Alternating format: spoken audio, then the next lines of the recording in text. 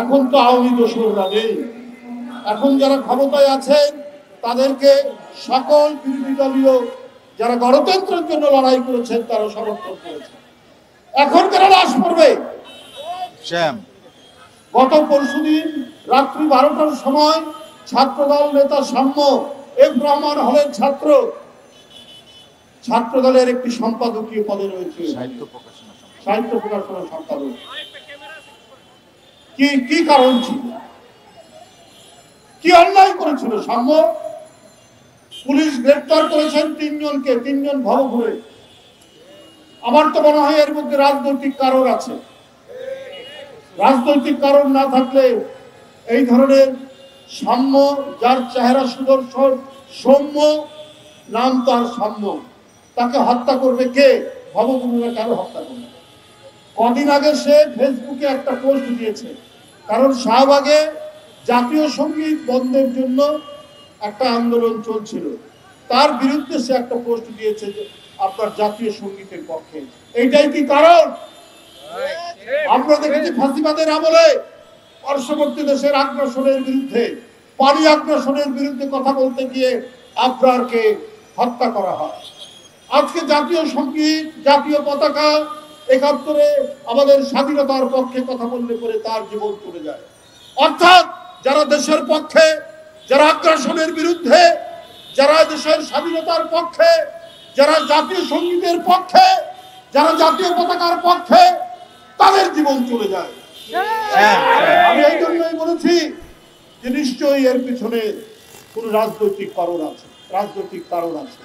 কারণ সে ফেসবুকে যারা আন্দোলন করছিলেন জাতীয় সঙ্গীত নিষিদ্ধে, তাদের বিরুদ্ধে তার একটা বার্তা ছিল।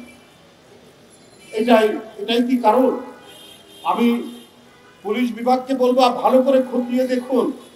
ভবঘুরে গ্রেফতার করেছেন মানুষ, কিন্তু সব বিষয় সহজভাবে নেয় না। সহজভাবে নিত যদি এই ডিপার্টমেন্টটি সবসময় আপনার সত্য এবং ন্যায় অনুসন্ধান করে যথাযথ ব্যবস্থা নিত, কিন্তু সেইটা তারা নেননি। যেমন আপনার হত্যাকাণ্ডে নেননি, তেমনি আরো ঘটনায় নেননি।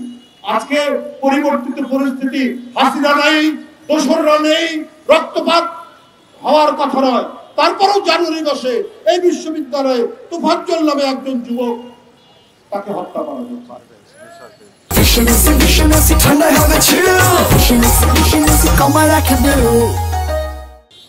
কেন? ক্যাম্পাস হবে শান্তি, ক্যাম্পাসে এইখানে থাকবে শান্তির পতাকা, এখানে থাকবে জলপাইয়ের পাতা, এখানে থাকবে সাদা পায়রার ঝাঁক উঠবে। সেই ক্যাম্পাস যেখানে শিক্ষা বিতরণ, শিক্ষা গ্রহণ, তারুণ্যের ঝলক, যারা এই শিক্ষা নেবে, সেইখানে কেন রক্তপাত? সেখানে এই গণতন্ত্র এবং ফ্যাসিবাদের, গণতন্ত্রের বিজয় এবং ফ্যাসিবাদের পতন, হাসিনার মতো নিষ্ঠুর নারী আর রাজ সিংহাসনে নেই, তারপর কেন ক্যাম্পাস হবে হিংসার অধিক্ষেত্র?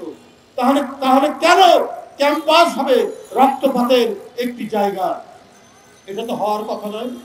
আজকে ভাইস চ্যান্সেলর সাহেব আপনার কাছে গিয়েছিল ছাত্র দলের নেতারা বিচার চাইতে, কারণ বিশ্ববিদ্যালয়ের ছাত্র সাম্য মারা গেছে। আপনি বিরক্ত হয়েছেন, আপনি ক্ষুব্ধ হয়েছেন, আপনি তুই তোকারি করেছেন ছাত্র নেতাদেরকে। কেন ছাত্র নেতাদেরকে তুই তোকারি করেছেন? আপনি শুনতে চান না, কারণ সাম্য ছাত্র দল করে। আপনার রাজনৈতিক চিন্তা দর্শন কি আমরা জানি, আমরা ইতিমধ্যে জেনে ফেলেছি। আপনি পছন্দ করেন না যারা জাতীয়তাবাদের পক্ষে ওখানে রাজনৈতিক দর্শন দিয়ে যারা ছাত্র সংগঠন করেন। আপনার তো প্রথমে উচিত ছিল বেরিয়ে এসে সেই লাশ দেখা এবং এটার জন্য প্রয়োজনীয় যে কাজ করবেন। আপনি আর আপনার প্রক্টর দুইজনই আপনারা একটি আদর্শে বিশ্বাস করেন। আর বিশ্ববিদ্যালয়ের কর্তৃপক্ষ নদীর কি বলে, যে নদীর ওই যে কি বলে বালু অনেক সময় দখল হয় না, সেই চর দখলের মতো যদি আপনারা কোন গ্যাংয়ের প্রধান হন, তাহলে তো ওটা বিশ্ববিদ্যালয় বলা যাবে না। তাদের উদ্দেশ্যই হচ্ছে তারা যে দর্শনে বিশ্বাস করেন, যে ফিলোসফিতে বিশ্বাস করেন, ওইটা ইমপ্লিমেন্ট করা।